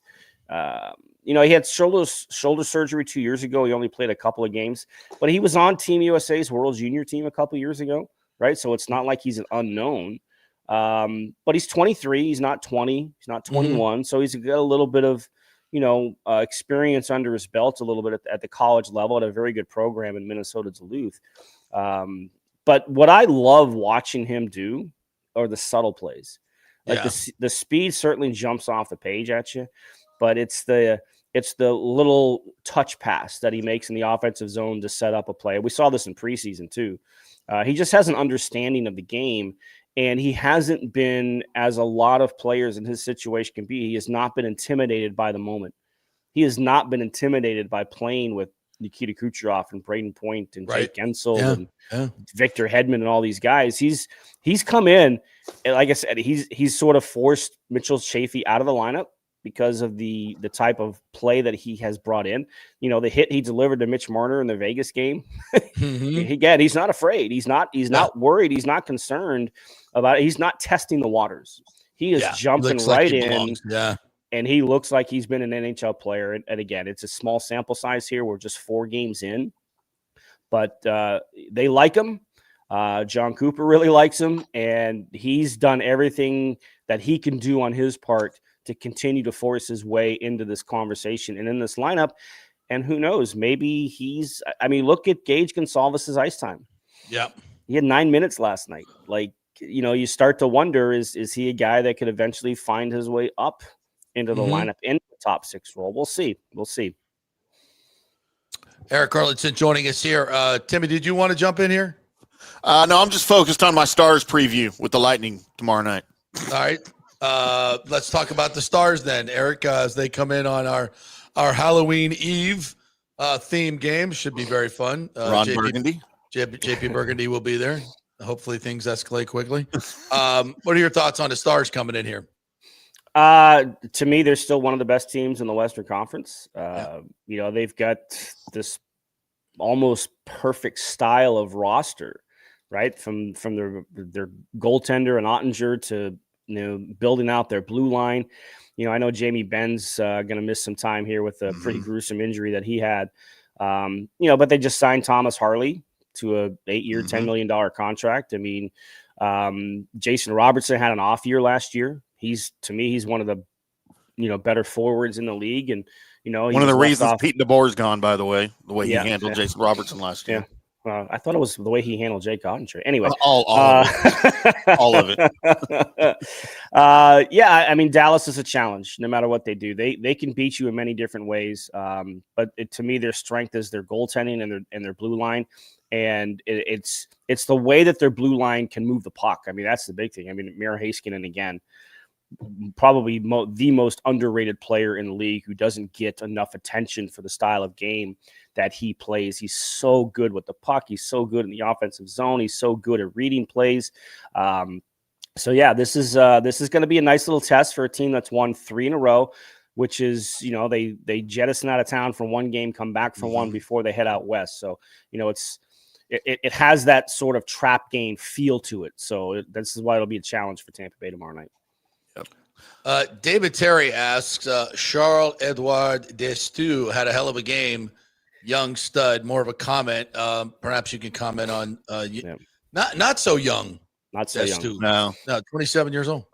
Yeah, he's a great story, man. He's he's one of these players that once you read his story, and please go to lightninginsider.com, read that story that I wrote about him. It'll make you cheer for him. He's 27. In his early days, he was undrafted out of the Quebec League, despite putting up really good offensive numbers. And it's the Q. So, sometimes those numbers are a little inflated because of the style of play that they have in that league. But he couldn't even get an NHL contract coming out of junior. He played an overage year, his final year overage in junior, couldn't get an NHL contract. He was signed an AHL two-way deal. So AHL, ECHL. And again, put up good numbers. He had 24 goals one year or 25 goals for Utah in the ECHL. And even then, when he put those numbers up, they were like, we don't really see you as an AHL player. I think we want to continue to sign you to a two-way deal for the ECHL, AHL. So he goes to Finland, plays 2 years in Finland. Last year, he played in Sweden. And last year in Sweden, again, the offensive numbers are there. I think he was second in the league in scoring amongst defensemen. He was named the Swedish League Defenseman of the Year. He was second in plus minus. The only one who was better in plus minus was his defensive partner, right? Like he's shown everywhere. He's not a soft player. It's, we were talking about this with Chief last night. Like, how does a guy like this get labeled as just simply an offensive defenseman? Yeah. Because he's 6'2", 215 pounds. So he's not small. He's not Dan Boyle, right? Again, I mentioned the plus minus numbers. He's only been a minus player once in his career, and that was his second year in junior hockey. So he's been even or on the plus side of things everywhere he's been. He doesn't play a soft game. I don't think he's had fewer than 60 penalty minutes in a full season. So you saw last night he got involved with Philip Forsberg there. So, there's a lot of things to like about his game, and here the Lightning come in and offer him his first NHL contract. And that underdog story alone makes Dusty a great story. Yeah. But he lost his dad right before the season started in Finland, his second year in Finland. And he made a promise at his dad's funeral that he was going to make the NHL. And he continues to wear his dad's ring around a necklace. Oh, wow. And, so just getting that first call up meant a lot. Getting that first game meant a lot. I can't imagine what it was like to see his first goal go in last night. And cool. How about that? The story we just talked about, your first NHL goal has assists from Braden Point and Nikita Kucherov. Yeah. How cool is that? Yeah. That's really cool. And it was the game winner. Turned out to be the game winner. Yeah. He's definitely a feel-good story on a lot of levels. Look, he's looked better every game. If you read some of the analytics accounts and everything, there's one that puts these scorecards out, and his name was at the top of the list last night for his impact on the game. And that was on offensively and defensively. His name was right at the top. So that kind of tells you, again, 3 games, it's a small sample size, but if I'm Darren Radich, I'm a little worried right now. Yeah, and I think these new guys, it's not just the bottom of the lines. Dare you call it the fourth line? Don't do that. Don't do it. Don't do it. But these, how do we refer to them as the other lines? Whatever. I don't know. How do we distinguish them? They've always been called that way, but Coach Coop don't like that. So whatever you want to call them, and it seems like, at least that's nice. But I think it's been a huge part of this story. And I also think a little bit of adversity early on in this season might exactly be what this team needed. A little kick in the ass, a little reminder like, hey, you got to come out every night and play this way. So, and they're like, okay, we all right, we got it now. Maybe. John Cooper doesn't agree with you. He doesn't agree with it? Did you hear his comments the other night? Which he said part? Adversity sucks. Everybody says we need adversity. No, adversity sucks. When you're going through it, it sucks. So I'm not saying it doesn't, but it leads to if you have good character, no one likes adversity, but if you have good character, it can help you in the end is the point. Yeah, that's exactly it. Yeah, that's exactly it. You turn it into character building moments, right? That's what it comes down to. And and how can you come through it on the other side? Yeah, it's tough to go through. Whether it's a 5-game stretch or a bad 10-minute stretch in a period, it's tough. And that's the other thing with going back to what we opened with about what's different about this team. During during those first 5-6 games, they would have stretches where they would go 10, 12, 15 minutes without a shot on goal. Yeah, that's not the case now, right? It's a different mentality, attack mentality that they have. And to your point about the compete level, like that's kind of a passive way to kind of test the waters into the season when, now they're certainly being a little bit more aggressive with the puck. But yeah, it has to be, you have to look at it as character building. And it all goes back to, can you play a consistent brand of hockey? You'll even hear the phrase, we want to be predictable. And that doesn't mean what it sounds like. They want to be predictable in the way that they play, right? And how they go out. They don't want to be predictable to the opponent. Right. They just want to be predictable in how they go out and approach every single game, no matter who the opponent is. Yeah, you have tweaks. There are game plans you put in place for certain teams, but you don't change up too much about the way the system is played. It's the way you play the system. Agreed. Last thing here, Thomas Casper asks us, is John Cooper unhappy with post-game media? I find the dynamic between him and you guys, the beat writers. I don't get to be there because I'm already doing the post-game show over at the very crowded Cigar City. What's that dynamic like? It's a little playful. Yeah. It's what it comes down to. I mean, one of the things I figured out about Coop years ago was if he's not finding ways to kind of poke some fun at you, that means he doesn't like you. Right. Exactly. That's what it comes down to. So he's not unhappy with post-game media. If you listen to last night, you mentioned don't label the lines. Well, Ed said fourth line. The what line? Oh, no, it's the gourd line. That's what I meant. It's the gourd line. I need to stop using the word, how does it feel? Like how is one of those questions that we're taught in journalism school, who, what, where, when, and how. Apparently I need to stop using how, because he's going to make sure it kind of goes back at me. And again, it's just sort of playful banter. It's not anything more than that. It's just the personality of the head coach here. Certainly we don't take it personal in the media. We just kind of play along with it, or try and play along with it. And eventually you'll get a pretty good answer out of John Cooper. And last night was no different, talking about that fourth line. So we can say it here, Coop. We can say it here.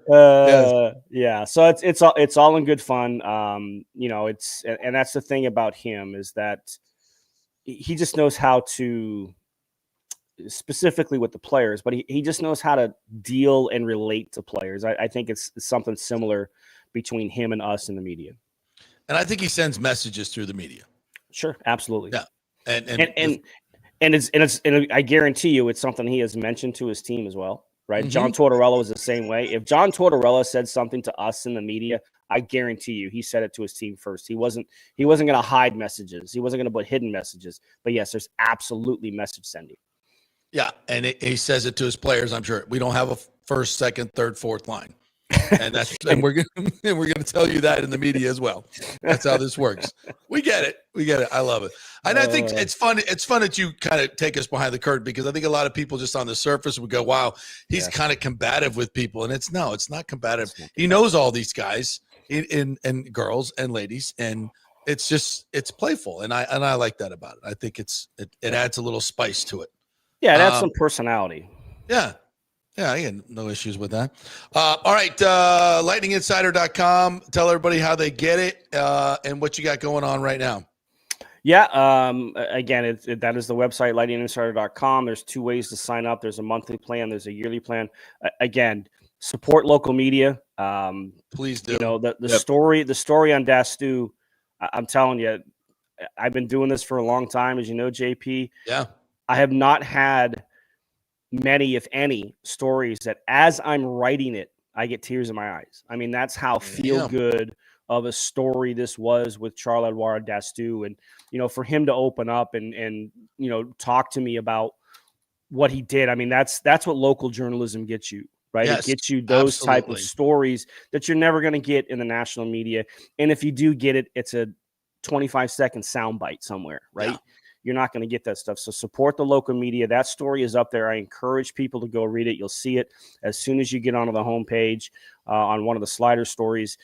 It's those type of things that I continue to love to try and write and try and uncover. And the only way to do it is to be around the team every day. So exactly. And that's the thing. I was just going to say that the fact that you're in there and around them is where you pick up these stories. And we have gone to this, overarching, 30-second highlight package to cover everything these days, especially in local media. This is different. And it's the stuff you guys want. I mean, I think this is, it's this market especially is completely underserved in this way for all of our teams. And we have a fraction of the people that used to cover these teams covering the teams. And it's just, it's nobody's fault. It's the market. But find these folks that are great writers and have great access and still do the work. And that's you. That's Erik Erlendsson. So that's why I always say, if you're a Lightning fan, it's a must. It's $40 a year. Just come on. Let's go. Let's go. You didn't increase your prices. Thank you. Yeah. All right. Yeah. I've been told that. All right, partner. Appreciate you. You know that. We'll see you tomorrow night. All right. Be well, boys. All right, Ron Burgundy outfit. Yes. I'm on Burgundy. By the way, breaking NFL news, JP. Oh, yes? The Detroit Lionettes have reached a 4-year contract extension with one Aiden Hutchinson. Oh, 4 years, $180 million. And if What? 4 years, $180 million. So if my Aggie math works out correctly, that's 45 a year. Holy shit. Edge rushers are making 45 a year now? Yeah. Hassan Reddick's like, what? Michael 14? Parsons is making 47. TJ Watt's making 41. Well, I mean, Myles Garrett's making 40. they are game wreckers. They are a huge part of football. And I want to get any extra legitimacy to Bucs basement, but if there's a glaring need on this team, but is there? I mean, this is the debate you can have. I mean, listen, everybody's team is better with a dominant edge rusher, obviously, but they're hard to find. And when you're not that many in the league, and when you're consistently picking in the 20s and 30s, they're even harder to find. Yeah, because they're unique specimens and individuals, and they're just hard to find. And especially when you have a good team. And I know a lot of people say Jason Light has had a blind spot there, but I'll also say that he hasn't used a whole lot of premium picks on edge rushers. And that's, that could be his fault as well. I mean, he is the one. You could have done that this year, but you wouldn't have had Emeka Ibuka. Yeah. It's not like you can say, well, I would have taken them here.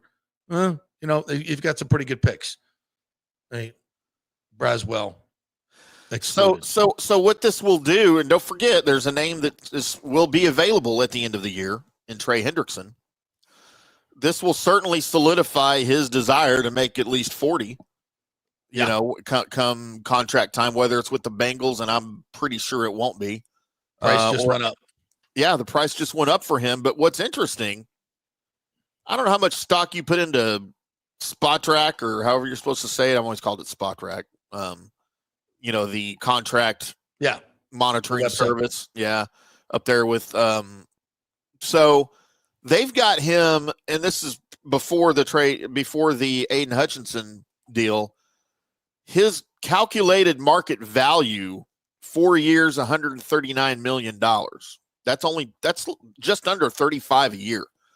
If somebody can sign Trey, if he's healthy, if he deems to be healthy, if the back's okay, if the knee's okay, if you can get Trey Hendrickson for $34.8 million a year, I mean, that's a no-brainer, right?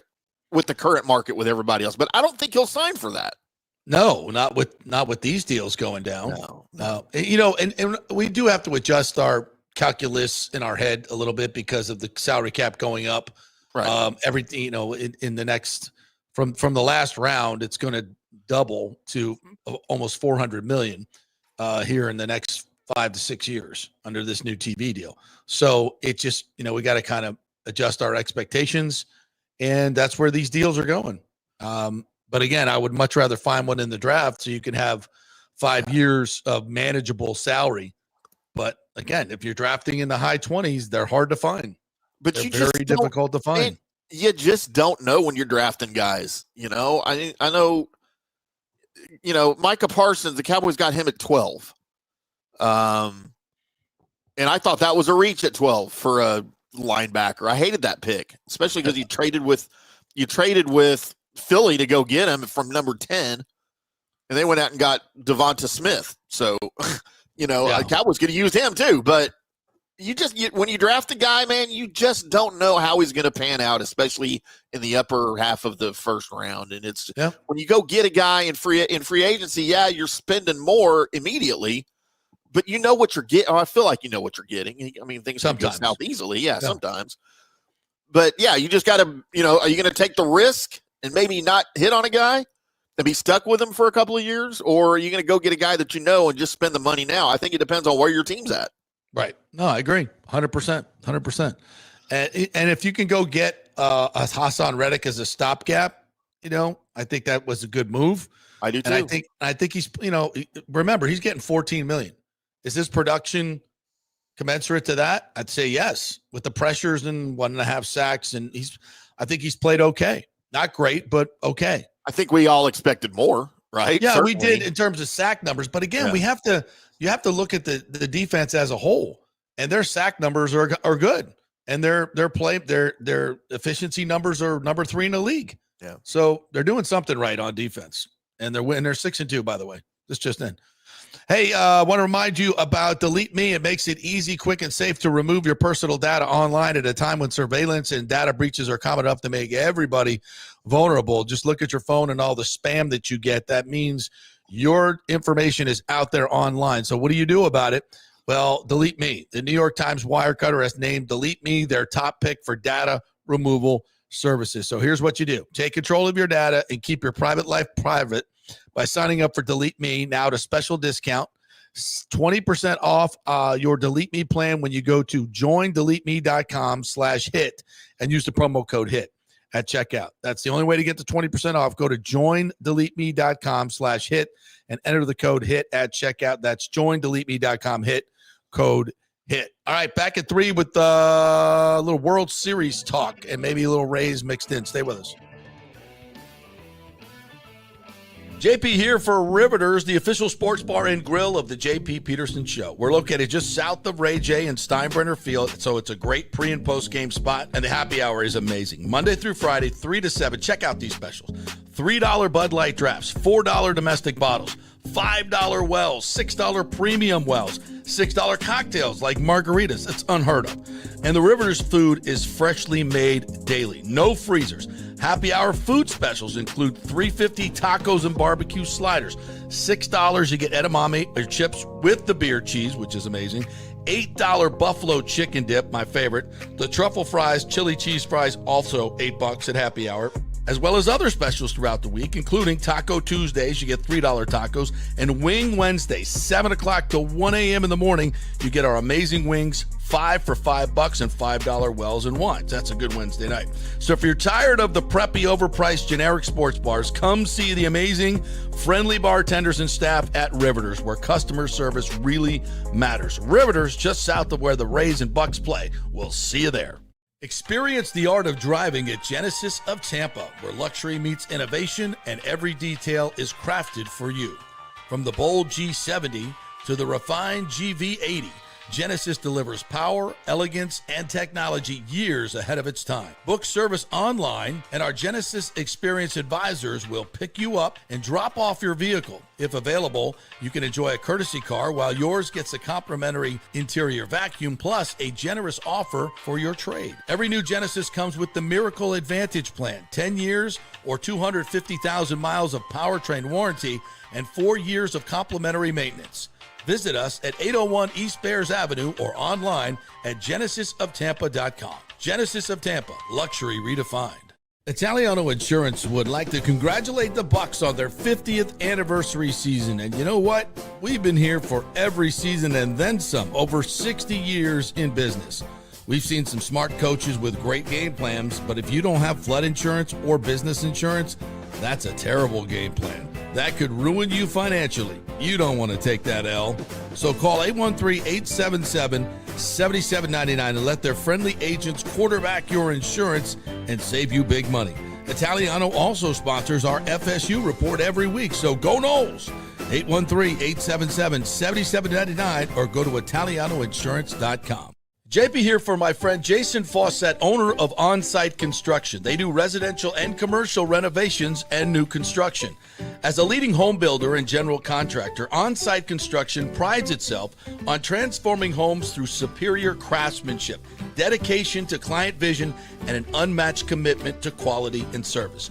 It's about building relationships. We take the time to understand our clients' needs, preferences, and budgets so that we can deliver a personalized experience tailored to their unique vision. From the initial designs to the final touches, we're there every step of the way, ensuring that the end result mirrors your vision. Here are some testimonials from happy customers. G. Gibson says, no hidden costs, very honest, reliable, creative, and communicates well. Reasonable and fair with their pricing, no hidden costs. C. Smith said, did not disappoint. I'm very happy with the work. This company really cares and will take care of it. So if you're just thinking about building or renovating, give us a call and let's see what's possible. 813-579-5789 or check out our website at onsiteconstructionfl.com. Are you having legal issues with a business partner or other legal business issues? The attorneys at Walters, Levine, and DeGrave can help. Call 800-616-0384 for a free consultation. At Walters, Levine, and DeGrave, we've redefined what a law firm can be with top-tier attorneys, personal service, and 26 years of success. From business law to civil litigation, we deliver smart, client-focused solutions. Walters, Levine, and DeGrave recently won a $6.4 million jury verdict from a large real estate developer, and they can win for you too. Walters, Levine, and DeGrave. Let's solve it together. Not attorney spokesman. For a free consultation, call 800-616-0384 or go to walterslevine.com. Offices Tampa, Sarasota. Let's go. Right now. Back to the show on FanStream Sports. All right, welcome back to the J.P. Peterson Show, brought to you by the great folks at Third Generation Plumbing and American Standard Heating and Cooling. They are the dynamic duo that will get your house right with your HVAC system. Third Generation Plumbing, they've been in the business since the 90s. They've got tons of five-star reviews, great service.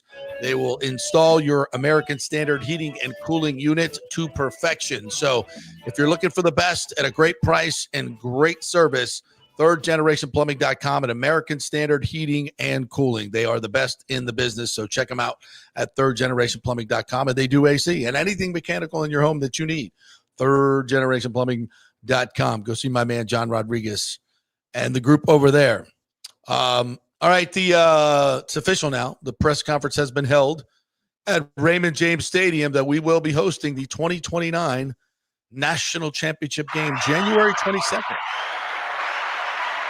So if all goes to plan, Alex Golish and USF will be playing in Raymond James Stadium on that day, and he'll be sticking around. Of course, they'll have their new stadium by then.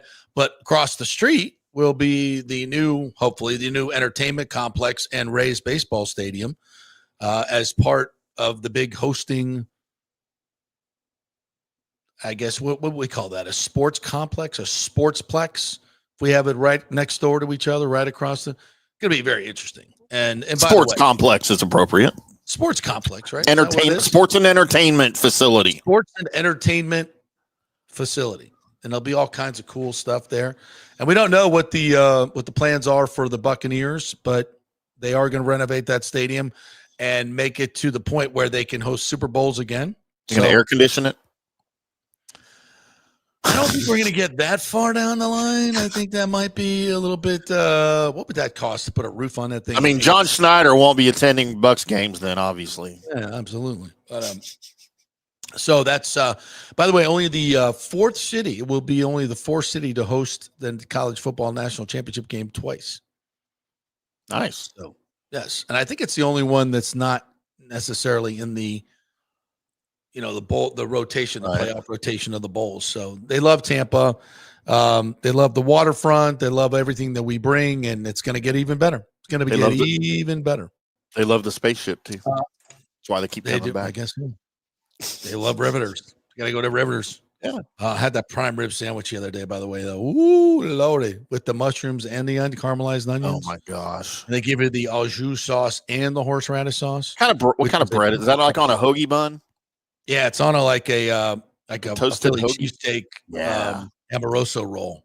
my Oh, gosh. so good. And I got the mashed potatoes as the side, which you wouldn't normally do, right? You go fries. The fries, they're fantastic there. So a little less fried. Tots guy. Tots are good too. They got great tots there. Great tots there. Not talking about the staff either. JP, And I'm going on DoorDash right now. I'm going to see if they will deliver. Riveters? Yeah, if they'll deliver to Dallas through DoorDash. I want one of those right now. I don't think that's going to work for you. But I know what I'm having for lunch. Sure. And the combo with the wings, with the medium sauce, and then the blue cheese dip. Oh, Lordy. Man, I love that horseradish sauce too. All right. So last night, the Blue Jays evened things up. Vlad Jr. with a huge 2-run homer off Ohtani as they flipped the script on Ohtani last night. His 7th postseason home run for Vladdy Jr. How about that? And Bo Bichette, Lakewood's own, got a huge hit to get another RBI. He's starting to find it. Very interesting game last night, I thought. Defensively, very well played. Shane Bieber went 5+, did really, really well. Andres Jimenez had an unbelievable 9-pitch at-bat last night. They took the lead from 2-1 to 3-1, just 2 strikes. Just served it into left field. I love that. Love that. Cut down your swing, old school. Yep. It's what the Jays do well. So now it's 2-2. Yeah. So it's 2-2. They go back to Toronto, right? And then it's L.A. and then Toronto again for a Game 7. Is that how it works now? I believe so, yeah. It's a lot of travel. But, yeah, we got a great World Series going. Very highly dramatic. I love it. All right, what else we got? So wait, hang on. Game 4 in LA. Last night. It was last night. I'm sorry, game 5 in LA. Oh, it's in LA. Yeah. So they do 2-3-2. Yeah, I thought I heard somebody say they were going back to Toronto. No, this schedule says right? Yeah, LA, and then 6 and 7 if necessary would be back in Toronto. Which obviously 6 is going to be necessary, so they will be going back to Toronto. Yes, they will. Yeah. Do the math on that. Right. Nathan Elliott says Patriots coming to Tampa is going to be a tough game. They are physical and they play hard. The Bucs will have a hard time in that game. You look at the Patriots, they've beaten the softies and lost to the better teams that they played. So I think the jury's still out on the Patriots. Obviously, they're going to be a hard-nosed team, and Drake May's having a great year, but they haven't exactly played a murderer's row of teams on their schedule. So Thomas Casper says Glazer's new stadium will bring a Super Bowl. I'd be interested. I'm very interested to see what the Bucs are going to ask for and how that's going to be paid for. Yeah. Michael LaRue asked, does the pending deal giving the NFL 10% ownership of ESPN create a conflict of interest? Absolutely, 1,000% it does. Especially with ESPN's ties to ESPN Bet. Could this cause federal oversight or government intervention? I think at this point it needs government oversight, to be quite frank, given what we've seen in the last few weeks from the NBA. And if you don't think it's happening other places, I think that's just silly. Do we trust the government to regulate it properly either? I don't. No. You trust anything. Everything's a scam, dude. Everything's a scam. Everything is a scam. Cody says, even Tony Dungy is arguing about the NFL replay system, stating a credibility issue. Yeah. This replay, I don't know. It's like I said the other day, I'm almost ready to just go back to getting rid of replay. I know that'll never happen, but they're not getting it right, and it's almost causing more controversy. And I still say the game was never meant to be officiated and micromanaged. I don't think it was ever meant to be that. When you're talking about, we got to zoom in, ultra high definition to see, right. It's like, what are we doing? And we're taking away these incredible physical plays, diving catches, and it's like, if it's not, and it was always meant to, if it's not evident right at first, then move on. But we don't do that. We've never adhered to that. we've micromanaged everything, and I just don't think it's good for the game. I don't think it's good for baseball. I don't think it's good for – I want to get calls right. And I think they do it a little bit better in baseball than they do in football. It's not as ambiguous, obviously, because the rules aren't as ambiguous. So, yeah, I'm kind of with you on that, Tony Dungy, and it is bringing up a lot of credibility issues. There's no question about that. All right, anything else we need to get to? Yeah, I would rather leave some of the human element in the game and not get every single call right. Like I preferred it the way it was before. Yeah. And that way we can sit here and debate about a call maybe that wasn't made rather than one that got made twice wrong. Right. I would rather have that debate. Yeah, and we don't need to make a call, change a call, make another call, go to the replay, make another call, and then announce, like they did in the Bucs game. That was the dumbest shit ever. Somebody needs to get fired over that. Indeed. All right. Great job, Timmy. Thank you to Tito for joining us for that little debate on college football. That was fun. And our thanks to Erik Erlendsson. Go to lightninginsider.com and sign up today. It's $4.99 a month. I think $40 for the year. So just sign up, support local journalism, and read that Charles-Edouard Destoux tear-jerking story. They're written by great Erik Erlendsson. Have a great day, everybody. We will see you tomorrow.